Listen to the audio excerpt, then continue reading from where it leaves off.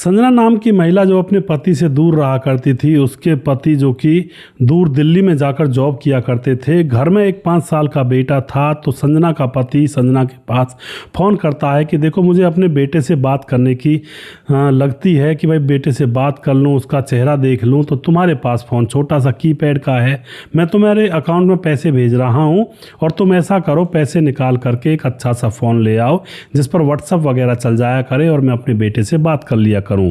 संजना बहुत खुश हो जाती है क्योंकि कई महीनों से वो भी बोल रही थी कि मुझे एक नया फ़ोन दिला दो। अब पति ने सुन ली, पैसे भेज दिए, बहुत खुश होती है, शहर जाती है और एक अच्छा सा मोबाइल लेकर घर आ जाती है। मोबाइल को देखती है, उसी में टेलीविज़न, उसी में धारावाहिक चल जाया करती हैं, उसी में बहुत अच्छे अच्छे वीडियोज़ आया करते हैं।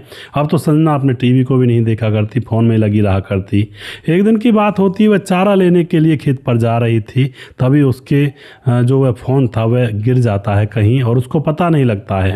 वह जैसे खेत पर पहुंचती है तो वह देखती है चारा लेते वक्त कि उसका फ़ोन तो है नहीं। घबरा जाती है, तुरंत रास्ते में ढूंढने लगती है। घर से 400 मीटर की दूरी पर ही उसका खेत था और खेत ही खेत थे। पगडंडी घर से डायरेक्ट स्टार्ट होती थी और खेतों पर जाती थी उस पगडंडी से होती हुई। तभी वहाँ पर एक लड़का भी आ रहा था गाँव का, जिसका नाम था मुकेश, जो कि 22 साल का होता है। वह कहता है भाभी जी क्या ढूंढ रही हो?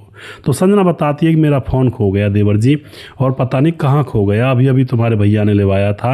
अब वह आंखों में आंसू थे क्योंकि गरीब लोगों के लिए ज़्यादा बहुत मायने रखती हैं छोटी छोटी खुशियाँ भी। तो वह देवर कहता चिंता मत करो, मैं भी ढूंढवा देता हूँ। 2 घंटे तक लगातार वो ढूंढते हैं, नहीं मिलता है कहीं भी। तो उसके बाद भाभी से देवर कहता है भाभी जी आप घर जाओ, बच्चा अकेला होगा, मैं ढूंढ कर लाता हूँ, कहीं मिल जाएगा तो मैं आपको दे दूँगा।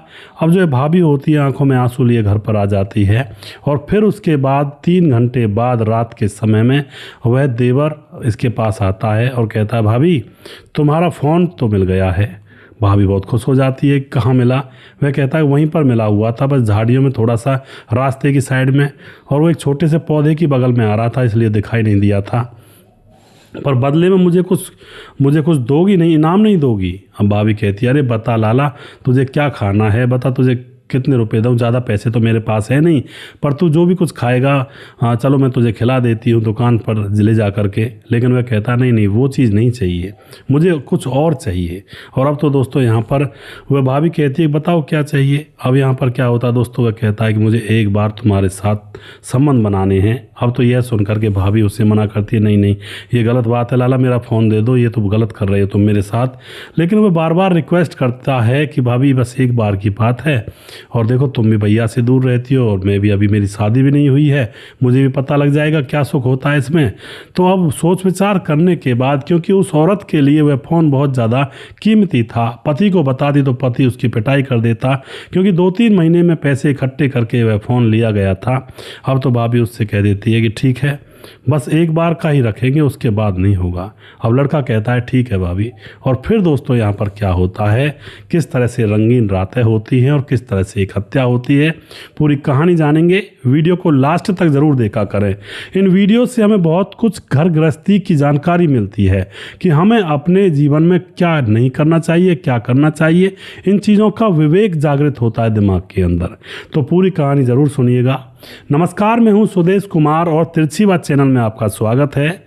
दोस्तों यह घटना उत्तर प्रदेश के बिजनौर के अंदर घटित होती है, जहां पर संजना नाम की एक औरत जिसकी उम्र होती है 32 साल, उसके पति का नाम नागेश होता है, बेटा है 5 साल का।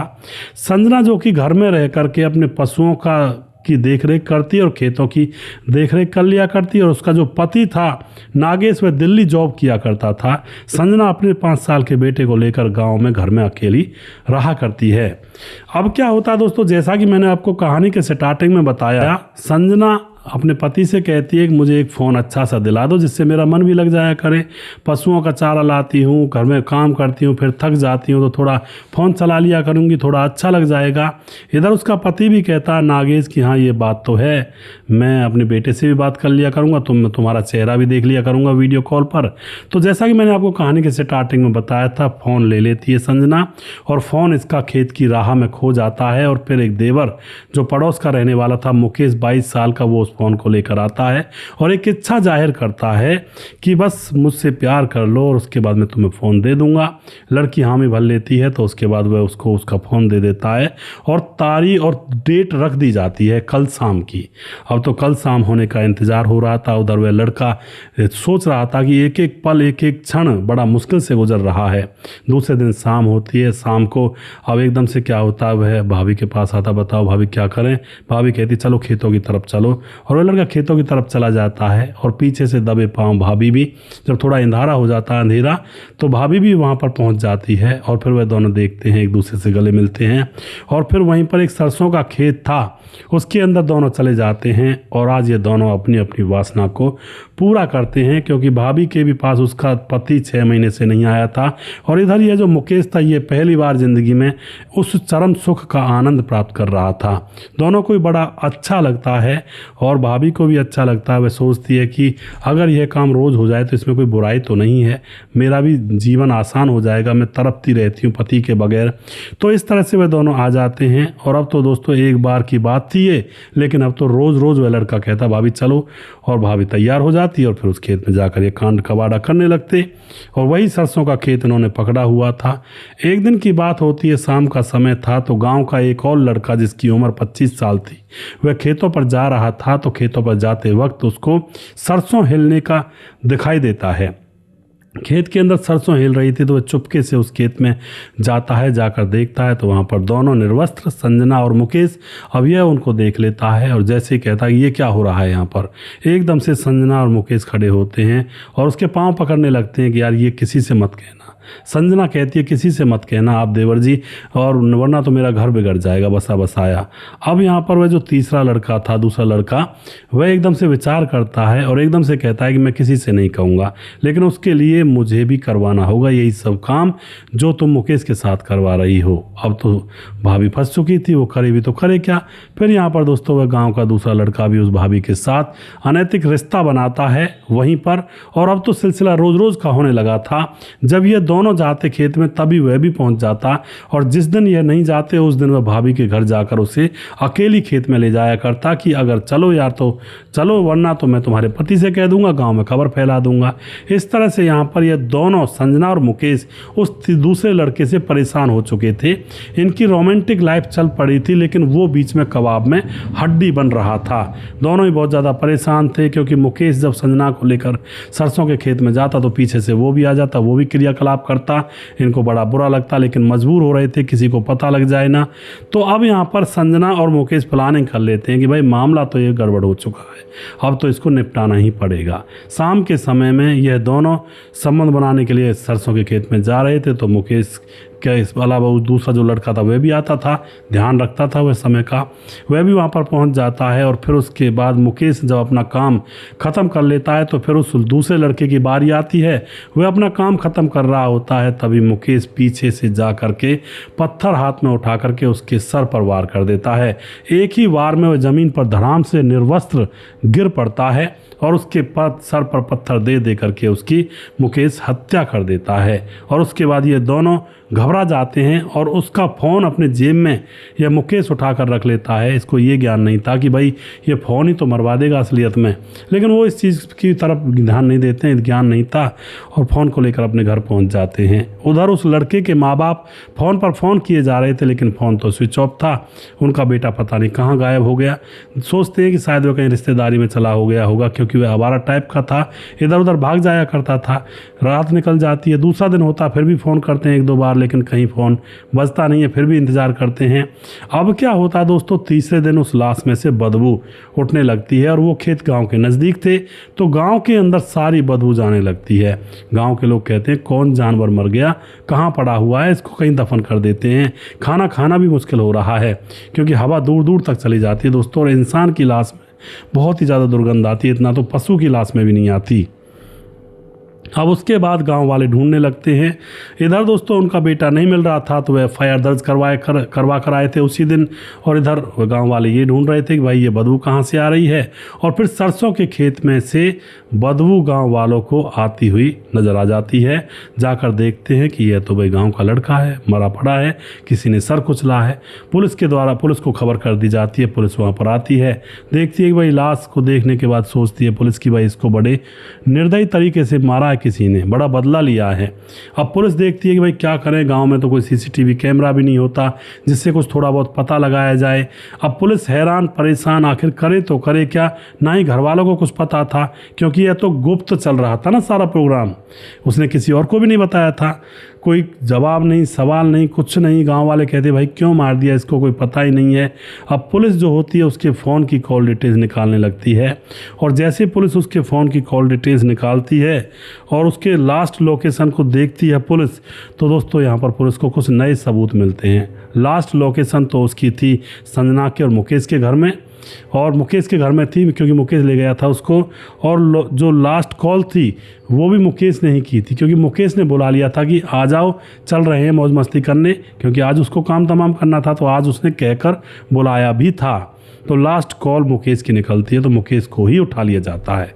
और उसके बाद दोस्तों यहाँ पर मुकेश से सख्ती से पूछताछ की जाती है। तो मुकेश अब सारी बात बताता है, लेकिन एक इसके अंदर अच्छाई थी, वो अच्छाई भी आपको पता लगेगी। मुकेश बताता है सारी प्रेम कहानी को कि मेरी और संजना भाभी की प्रेम कहानी चल रही थी और ये बीच में आकर हमें देख लेता है, गांव वालों को बताने की धमकी देता है और ज़बरदस्ती भाभी के साथ रेप कर रहा था ये कई दिनों से। और हमने मना भी किया था। भाभी रोती थी कि ये हमारे साथ कौन आ गया तीसरा, इसने तो हमारा जीना हराम कर दिया, ना खाना अच्छा लगता ना पीना अच्छा लगता है कहीं वो किसी को बता ना दे। दिन रात डर चढ़ा रहता था। अब क्या होता है यहाँ पर, वह बताता है कि मैंने उसको बुलाया और बुला करके उसकी खेत पर हत्या कर दी, और भाभी अपने घर पर ही है, उसको पता ही नहीं है उसकी जान चली गई है। यहाँ पर ये अच्छा काम कर जाता है ये मुकेश। वह कहता है भाभी का इसमें कोई इन्वॉल्वमेंट नहीं है, मैंने उसकी हत्या की है खेत पर बुला करके। लेकिन दोस्तों भाभी ने हत्या की भी नहीं थी। अगर कोई बेवकूफ़ आशिक होता तो भाभी को भी फंसा लेता अपने साथ कि इसके साथ संबंध बना रहा था तो मैंने इसकी हत्या कर दी, हम दोनों घर भाग आए, तो पुलिस उसको भी पकड़ती क्योंकि वो जानती थी कत्ल हो गया, फिर भी पुलिस से बात छुपाई या किसी को नहीं बताई तो ये भी जुर्म होता है। अब यहाँ पर संजना भाभी को बचा देता है क्योंकि भाई संजना भाभी का पूरा घर बर्बाद हो जाता, बेटा अकेला रह जाता। तो उसने सोचा कि जेल में तो मैं जा ही रहा हूँ, क्यों ना अपने ऊपर ही सारा कुछ ले लूँ, क्योंकि भाभी ने तो ऐसा कुछ किया भी नहीं है, वो तो मजबूरी में फंसी हुई थी। तो इस तरह से दोस्तों मुकेश को अरेस्ट करके उसको जेल में डाला जाता है, और दूसरा लड़का जिसको यौवन चढ़ा हुआ था, ज़बरदस्ती इनके बीच में आ रहा था, उसको वो भगवान के पास भेज दिया जाता है। तो गलती किसकी थी यहाँ पर?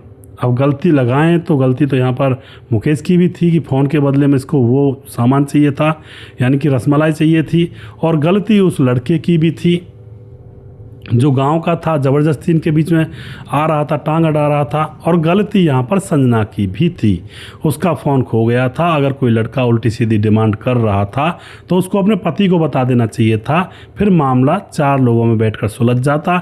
या तो वह लड़का फ़ोन दे देता, नहीं देता उसको कहीं फेंक देता कि भाई इन्होंने मेरी बात इधर उधर फैलाई है, तो वह फिर उस फ़ोन को तोड़ता या फेंकता, कुछ ना कुछ तो करता। तो भाई 10-20 हज़ार रुपये का घाटा ही झेल लेते तो भी अच्छा रहता। नया फ़ोन ले आती संजना अपने पति से कहा करके कि चलो 2-4 महीने बाद ले लेंगे इकट्ठा करके पैसा, पर इस काम में ना उतरती तो बहुत अच्छा होता। और चौथी गलती और बताना चाहूँगा जो संजना के पति नागेश की थी। अपनी पत्नी को 6-6 महीने के लिए छोड़ करके शहर में नौकरी कर रहा है, जबकि उसको पता है घर पर ना माँ है ना बाप है, सिर्फ पत्नी और 5 साल का बेटा है, तो पीछे से कुछ भी अनहोनी हो सकती है। और वह फिर भी अपनी पत्नी को अकेला छोड़कर कमाने के लिए गया हुआ था। या तो काम जो था वो गाँव में कर लेता कहीं पर, या फिर अपनी पत्नी को अपने साथ ले जाता। इस तरह से खुले में अगर छोड़ेंगे औरत, पैसा और मिठाई, तो कोई ना कोई चट करने की सोचेगा ही सोचेगा। मैं बार बार कहता हूँ, तो कभी औरत को अपना अकेला ना छोड़ें, कहीं काम पर हो तो वहीं पर अपने साथ ले जाएं, या फिर काम अपने नज़दीक शहर में कर लें, जो सुबह जाएं शाम को घर आ जाएं, तो भी बात बन जाया करती है। लेकिन जब अकेला छोड़ेंगे तो तन्हाइयाँ काटती हैं औरत को, अकेलापन महसूस होता है, तो फिर यहाँ पर कोई ना कोई गलत कदम उठ ही जाता है। किसी अड़ोसी पड़ोसी के साथ या किसी और के साथ कभी भी कुछ भी हो सकता है। तो थोड़ा सा सावधान रहने की बहुत ज़्यादा ज़रूरत है दोस्तों। वीडियो के लास्ट में कुछ भाइयों के नाम ज़रूर लेना चाहूँगा जो हमारे वीडियोज़ को देखते हैं और हमें खूब सपोर्ट करते हैं। हमारे साथ हैं आयुष दुबे, हमारे भाई कमेंट करते हैं लगातार। विमलेश कमेंट करते हैं। Roshan nice very story. Ram Mohammad Yasin Lahore Pakistan से। और रवि प्रकाश सिंह कमेंट करते हैं। मोहम्मद कलाम कमेंट करते हैं। राम बहादुर सिंह कमेंट करते हैं रायगढ़ छत्तीसगढ़ से। हृदय राम भाई कमेंट करते हैं राजकिशोर चौरसिया महाबलेश्वर महाराज से। राधेश्याम शर्मा सिरसी जयपुर राजस्थान से। राम मोहम्मद यासीन लाहौर पाकिस्तान से। छगनदास खारडाबाद राजस्थान से। और उसके बाद हमारे साथ हैं सुशील चौधरी, हमें भी लगातार कमेंट करते हैं। और उसके बाद हमारे साथ हैं दुर्योधन भाई, लगातार कमेंट करते हैं। और उसके बाद हमारे साथ हैं एक आईडी है APPAS आपस, हाँ कुछ ऐसी नाम से आईडी है, जो कह रहे हैं चित्रहार छाया गीत। जी बिल्कुल जी, कॉमिक लाइन निकाल कर बोल रहे हैं। और उसके बाद हमारे साथ हैं दया शंकर सिंह राजपूत ठाकुर UP 43 गोंडा से। भाई जी राम जी, गुड नाइट भैया जी, गुड नाइट जी। कुमार विमला हमारे भाई लगातार कमेंट करते हैं। रामलाल कुशवाहा जी विदिशा पुरानिया से हैं। और गोस्वामी तुलसीदास जी ने रामचरित में कहा है। आयुष दुबे कह रहे हैं। उसके बाद हमारे साथ हैं धीरज सिंह कमेंट करते हैं। राम सुदेश भाई, भैया अवैध संबंध का चलन हो गया है मथुरा से। धीरज सिंह जी बिल्कुल जी, धीरज भाई आप सही कह रहे हैं। राधेश्याम शर्मा सिरसी जयपुर राजस्थान से। और आयुष दुबे कमेंट करते हैं मेरा नाम मृत्युंजय कुमार दुबे, मैं उत्तर प्रदेश देवरिया ज़िले का हूं और परंतु वर्तमान में पंजाब में रहता हूं। जी बहुत बहुत धन्यवाद करते हैं जी आपका मृत्युंजय कुमार जी। और उसके बाद हमारे साथ हैं राजाराम कमेंट करते हैं। जय श्री राम सुदेश भाई, जोधपुर राजस्थान से। राजाराम मीना, मैं काफ़ी लंबे समय से आप दोनों भाइयों और दोनों बहनों के चैनलों को देखता हूँ। बहुत ही ज्ञानवर्धक और सीख देने वाली कहानियाँ होती हैं। लेकिन भाई साहब क्षमा चाहता हूँ, कुछ व्यवस्था के कारण मैं कमेंट नहीं कर पाता हूँ। तो कोई दिक्कत नहीं है जी राजाराम जी, आप वीडियोस देख लिया करें और अपना आशीर्वाद दे दिया करें, वही बहुत है। उसके बाद साहब सिंह सरदार जिला बिजनौर कमेंट करते हैं। और उसके बाद कुछ भाई हमारे फेसबुक पर हैं, उनके भी नाम ले लेता हूं। सभी भाई अपना इंतजार करते हैं नाम का। हमारे साथ हैं समाधान पाटिल जलगांव महाराज से कमेंट करते हैं। मुनुन श्रीवास्तव जी कमेंट करते हैं। मोहम्मद जहांगीर कमेंट करते हैं। सुजीत कुमार कमेंट करते हैं। कौशल वर्मा कमेंट करते हैं। सुरजीत कुशवाहा शुभरात्रि भाई साहब जी, शुभरात्रि जी। प्रवीण बघेल से पुरी से हैं। विंध्याचल राजवार प्रवीण बघेल दोबारा से। धीरज बर्नवाल कमेंट करते हैं। रजत सैनी कमेंट करते हैं। मोनू जैन, उपेंद्र प्रसाद, पवन कुशवाहा और रघुवीर सिंह नेगी। और उसके बाद लक्ष्मण ढेलू कमेंट करते हैं। उदय नारायण कमेंट करते हैं। उपेंद्र प्रसाद कमेंट करते हैं। और उसके बाद हमारे साथ हैं रविंद्र भदौरिया कमेंट करते हैं। रघुवीर सिंह दोबारा से कमेंट करते हैं। गुरप्रीत सिंह कमेंट करते हैं। उसके बाद हमारे साथ सूरज डी हमारे भाई फिजी से कमेंट करते हैं। राम गोसाई हमारे भाई लगातार कमेंट करते हैं। और जिस भाई का नाम अभी भी रह गया उस भाई का नाम अगले वीडियो में ज़रूर लूँगा। अगला वीडियो बहुत जल्दी फिर से लेकर आऊँगा, तब तक आप खुश रहें, सावधान रहें। जय हिंद, जय भारत।